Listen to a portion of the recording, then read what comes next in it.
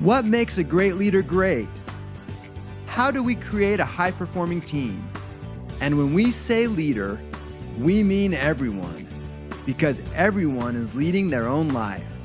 Will yours be a life by design or a life by default? Those are the big questions, and this podcast will answer them. Welcome to the Becoming Your Best podcast, where we help you apply the 12 principles of highly successful leaders, because great leaders will produce great results.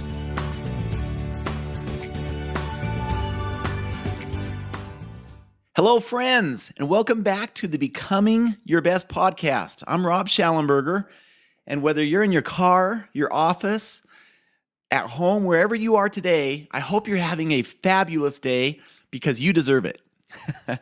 Now, if you haven't listened to the previous 3 podcasts, I suggest that you pause this one and go back and listen to those first. Because what we have done, as you notice, if you have, is that we're following the transformation challenge through the 6-step process and really how you should apply this to you, to your organization, to your family, so that you can get the most out of it and have a transformative experience with whatever issue, problem, or opportunity you're dealing with. So if you haven't listened to the other podcast, pause this. Go back to the first one where we talk about what is the transformation challenge and how does it apply to you, and then go through steps 1 and steps 2. This will take us today to step 3 of the transformation challenge. Now, my assumption is that if you're listening to this, you already have the book. If you don't by this point, you really need to go to thetransformationchallenge.com and invest in the book. We have made it as easy as possible to do that. Is all you need to do is cover the shipping. We've got the book, so it's free for you. Just cover the shipping, and we'll get it right out to you. So go get the book if you don't have it already, thetransformationchallenge.com. Much easier to follow along that way and really start to impact your success. So what is step 3? Step 3 is to identify the real issue causing the gap. Now, why is this so important to you? What happens in most organizations? What happens in most families or people's lives when there's an issue or problem? Well, what most people do, this is something that we're all susceptible to a different degree, is boom, we call a meeting with our team. We say, hey, here's the problem, here's what's happened, and how do we fix it? And then we start brainstorming ideas and go right to execution. Or if there's an issue in a family or a relationship, you might meet with the other person and say, all right, well, here's the problem, how do we fix it? And we go right to the idea generation phase, and we try to fix the problem.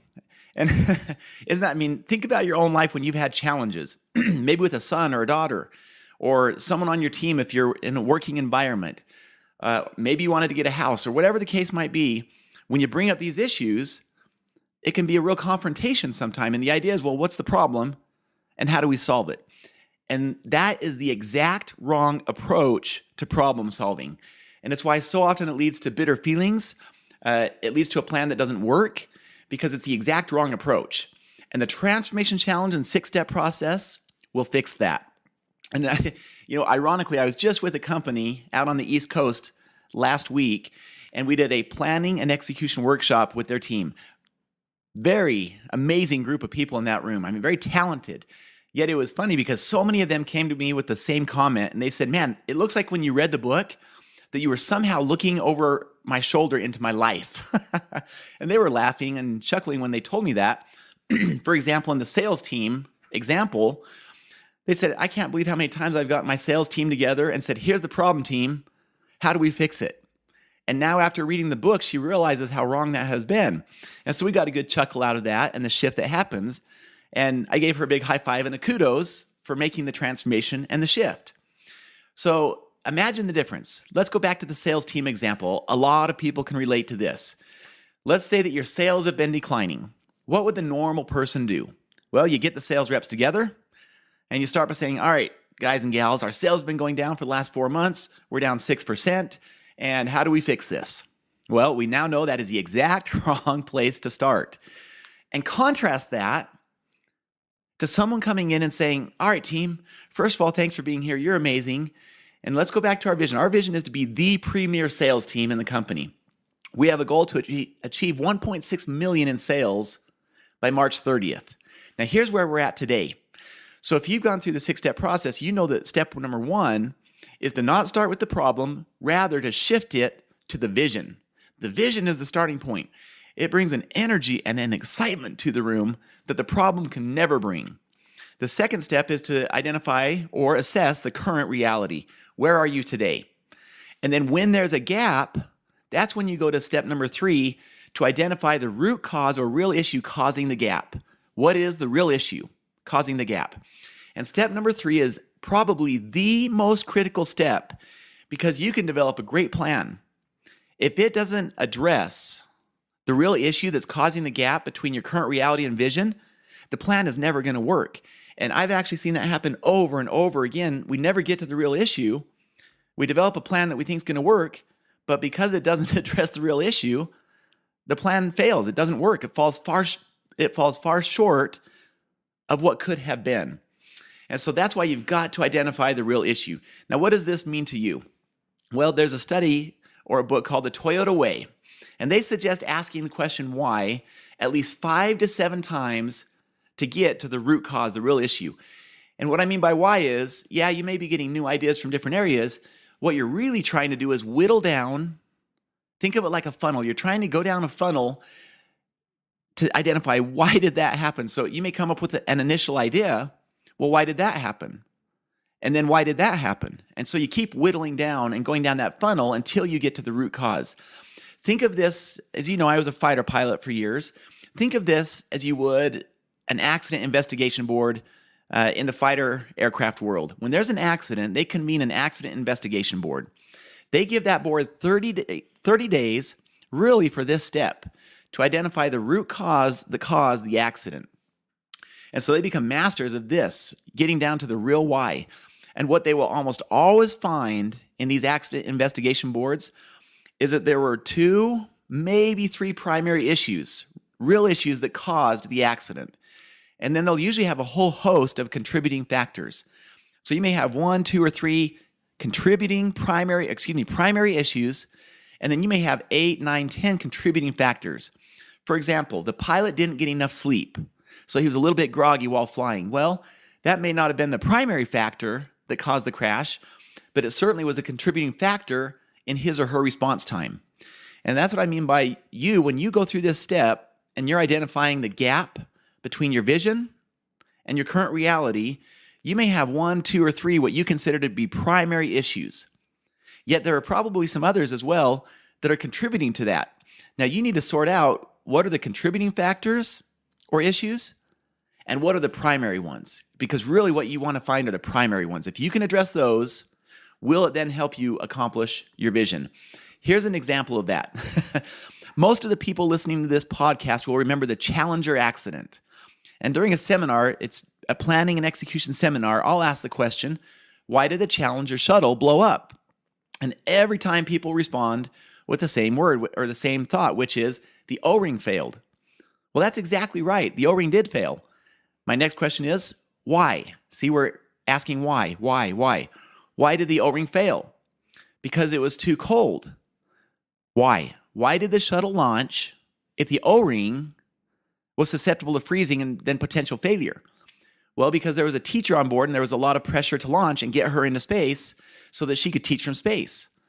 Okay, so why didn't someone stop the launch if they knew there was a potential for this O-ring to fail in the freezing temperatures? Well, now we're on the fourth why. The answer is that there were some engineers who knew that there was a possibility that O-ring might fail, and they were actually trying to stop the launch. But they couldn't because they didn't have a voice in the process. They didn't have a say. Well, there's my next question. Why? Why didn't they have a say or the ability to stop the launch? Well, because NASA didn't have a go, no-go process. And there you have the primary factor. The real issue that caused the accident was that NASA did not have a go, no-go process in place.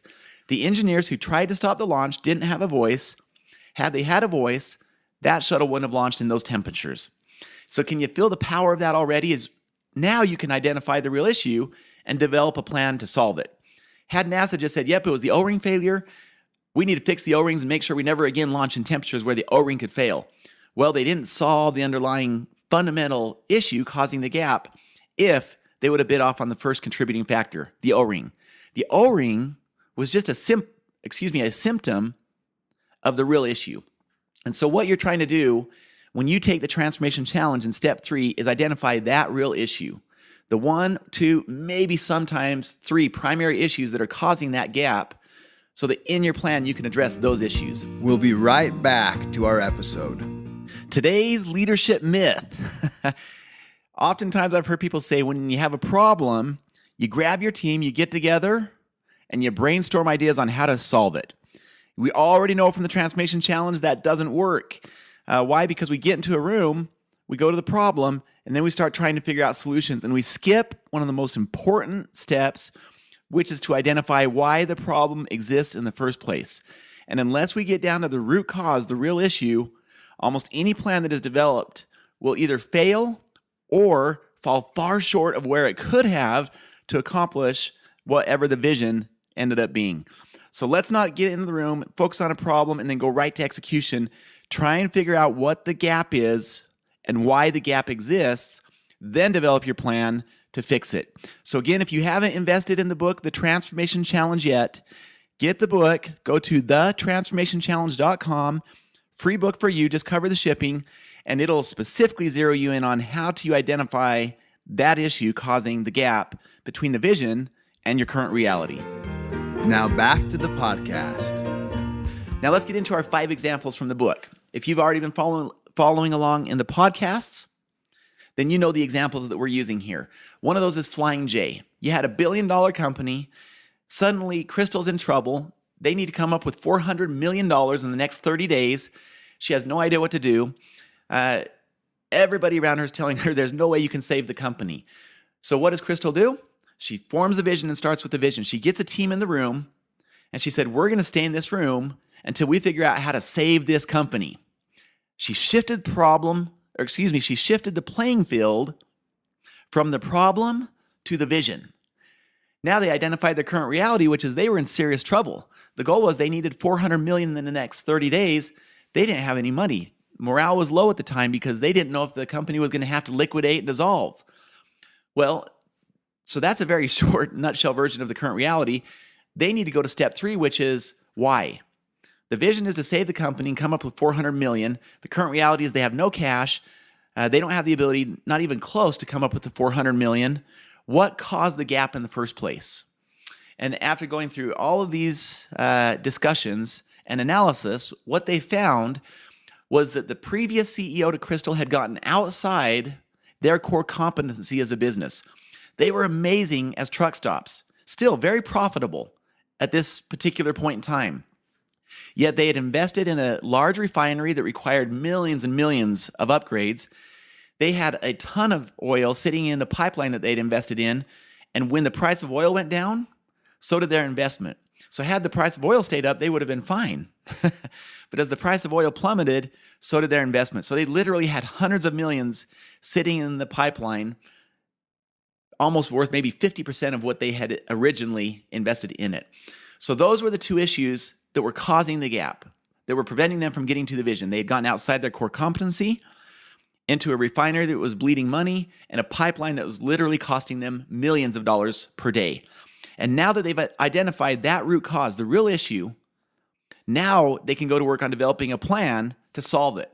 Well, okay, how do we then liquidate that asset? How do we then get the cash flow that we should have been getting from the pipeline to infuse back into the truck stops and so on? Now they can address the real issue. The second example is that company, the energy company, their vision was to have an incredible relationship with this utility organization whose customers they served.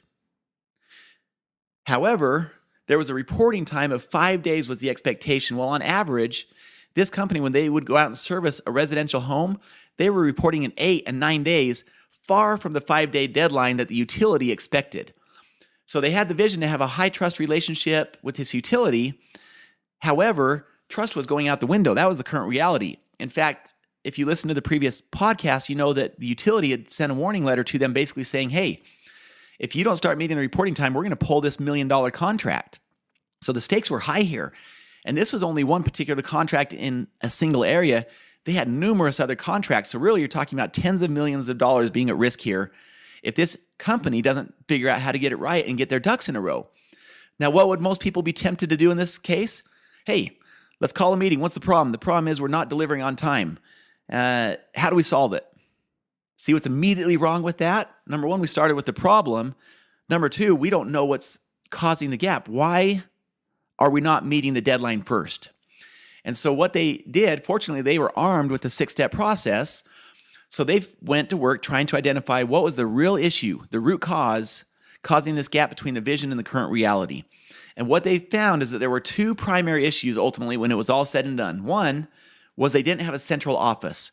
So paper was literally having to be mailed and sent to multiple offices, meaning logistically there was no way they could have met the 5-day deadline no matter what they did. The second is that they were using paper rather than an electronic measuring device. If they would have had an iPad or a notebook or something like that, electronically would have sped it up, dramatically faster. You're talking minutes and hours rather than days. Now that they're armed with the real why, the real issue causing the gap, now they can go to step 4 and start developing a plan. Had they not done that though, they may have spun their wheels and said, all right, we're going to develop a plan. We're going to do this with the paper and this with the paper. Well, that's not going to work. It doesn't address the real issue. So fortunately, that's what they did. And on the next podcast, you're going to hear how that resulted in some amazing ideas that completely transformed that relationship. So there's the second example from the book. The third is the struggling marriage, the challenged marriage. Now, again, if you've been following along in the book and listening to the podcasts, you know that this example is of a couple who's been married for many, many years. They had a great relationship. They were totally in love, but slowly over time, lives got busy. The mom felt more like a taxi service. The husband, the dad, was involved in work, and they just felt like they were just slowly drifting apart. They didn't really know why. They just felt like they didn't have the relationship that they used to have, and they'd always heard about these couples getting divorced after being married for 25, 30, and 35 years. And they could have never imagined how that would have been possible, but suddenly they saw that, you know what? We haven't been intentional about our marriage, and they suddenly started to feel that shift and that separation happening. So what was the vision? Well, you heard that on the first podcast. What was the current reality? You heard that on the second podcast. Clearly, it's something about having a phenomenal relationship filled with amazing memories together. What's the current reality? They're drifting apart. They don't spend much time together. So now they need to identify the real issue. What is the root cause that's causing all of this? Because we could develop a plan and say, hey, let's go on more dates. Let's spend more time together. See, there's the problem and some ideas to solve it. That may or may not work. Instead, they've got to identify what is the root issue causing the gap so that their plan addresses that issue. And after going through that process of asking why multiple times and getting a bunch of different ideas on the table, they found that there were two primary issues causing the gap between their vision and current reality. Now, ironically, there was quite a bit of contributing factors as well. There was probably 6, 7 smaller issues that were contributing to the two big ones. What they found, though, and this is my litmus test all the time, if you can address those two primary issues and solve those, will it then help you accomplish your vision? If the answer is yes, then you've got it. Go to the next step. So for them, the root cause is that they no longer did their individual pre-week planning, nor did they sit together and plan their weeks together. Now, early on in their marriage, they both did their pre-week planning. They'd go through their week. What are their roles? What matters most in the week? When will they do it? And then they would sit down together, very focused and intent on their marriage. So a marriage by design rather than a marriage by default, you can say. It had started out by design. It had migrated to a marriage by default. And so they wanted to get back to that, and they realized, you know what? That's the root cause. When we were doing that, we were making time to be together. And it was that making of the time that allowed them to have what you would call a transformational marriage, rather than what it had become and drifted into, which was a transactional marriage. And how many times does that happen in relationships where they tend to drift into a transactional relationship because we're not intentional, we're not focused. And so that's exactly what this couple has identified is they didn't do their pre-week planning anymore, nor did they sit down together as a couple to plan out their week. And it was that lack of planning that had really resulted in a marriage by default. Now that they've identified the real issue, now they can go to work in the planning of step number 4, what you're going to hear in the next podcast, of how do they come up with some ideas and solutions to fix that and get back to that. The fourth example out of 5 is that unemployed gentleman who has been unemployed for 18 months. So and you can hear his vision and his current reality on the previous podcasts. What he ultimately figured out was that there was 3 primary issues causing him to not be able to do well in a job interview or even get the interview in the first place. Now, is all I'll say about him, you can go back and listen to the other podcasts, is that he was a very well-qualified individual. I mean, he's an amazing man. It wasn't a lack of capability. He had all the skill set in the world to really help a company do well in the marketing arena. It was just some of these issues that were preventing him from getting to that point. And again, what could have been different for him? I mean, how many times do you think he's sat down and thought about the problem and what are some ideas to fix it? He didn't get to the real issue though. And that's why for 18 months he sat unemployed.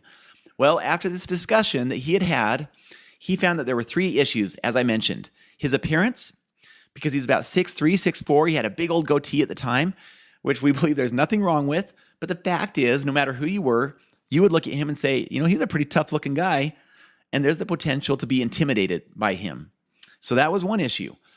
His resume, he didn't have a bachelor's degree, and a lot of these positions he was applying for had an electronic application that when he would apply, you have to check that you have a bachelor's degree. If you don't check that box, it automatically kicks your application out.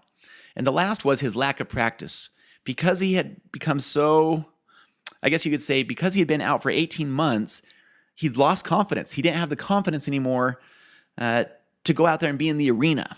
And so those 3 things, his appearance, his resume getting kicked out of the system before the interview, and his lack of practice has resulted in him going on 18 months of unemployment, when really he should have a job within the first 2 weeks of switching employers. Now, you're going to hear some pretty cool ideas in step 4 in the next podcast of what he did to address some of these issues. And it's exciting. It's pretty amazing to see the impact and how quickly identifying those issues and addressing them allowed him to switch his position and get into an incredible opportunity. All right, the last example is a lady in direct sales. She'd gotten into direct sales. She wanted to give this a try. She had developed a vision. Her current reality was that she didn't feel like she was very successful. She tried all the things she knew how to try. What was the root cause, the real issue? And it was interesting sitting down with her and talking about this step, because I asked her, and we asked her together, what's causing this? What's the root issue? And she'd say, well, it's, my number of friends I have, it's this and it's that. None of those were the real issue. Those were all contributing factors. All the reasons that she were talking about for not being successful, those were contributing factors. Not a single one of them was the real issue. Ironically, after it was all said and done, what we found is she didn't have a plan. She was just winging it from day to day and week to week, and she was getting winging it type results. That was the real issue. And so we sat down, and you'll see this in step 4 in the next podcast. We sat down and developed a fairly meticulous plan for her. What was her close rate? Where was she having the most success, the least success? It was a different close rate if she had a party in her home versus individual face-to-face contacts or contacts by phone. And once she had that plan and became very focused on executing the plan, man, her results went through the roof.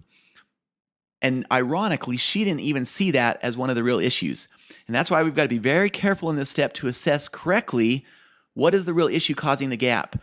Because had she bitten off on one of those contributing issues, yeah, I've already talked with all my friends, my family's already said no, that wouldn't have done it for her. That would have changed nothing. She wouldn't have achieved her vision had she done that. Now, all she needed to do was develop a great plan to help her be successful and achieve her vision, which she did, and you'll see that in some upcoming steps. So as you go through the transformation challenge for you individually, and you get onto this step number 3, number 1, you've got to be honest with yourself. And sometimes that means asking difficult questions, because sometimes the reason and the issue causing the gap is you, or it's me, it's us. And sometimes they're internal issues, and that's why we've got to be honest with ourselves here. And it's so critical to be, because if we don't address that real issue, we're going to develop a plan that never will help us achieve the vision. And so we have a very vested interest in being honest with ourselves.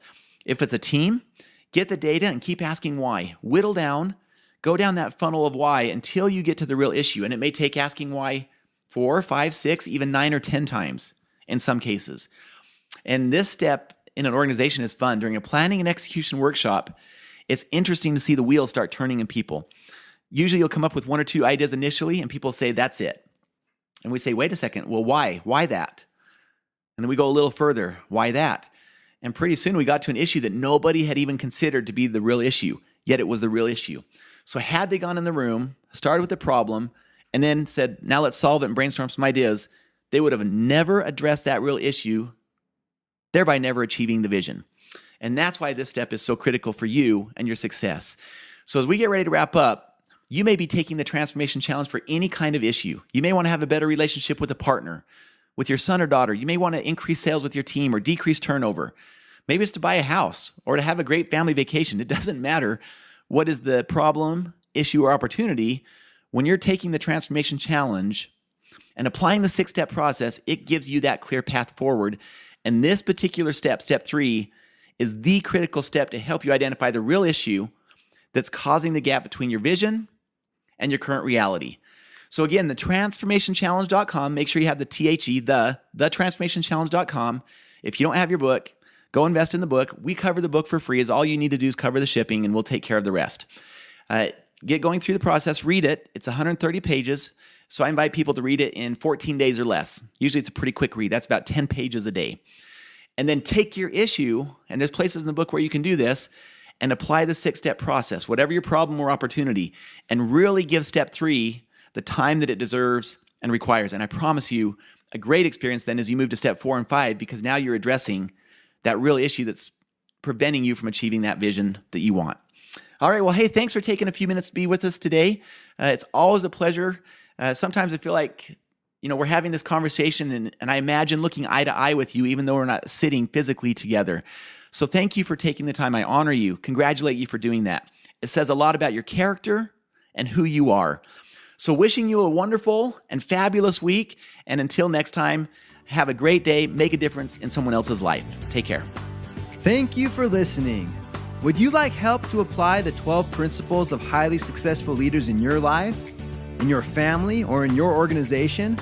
Call us today at 888-690-8764 to speak with a helpful representative to evaluate your situation and how we can help.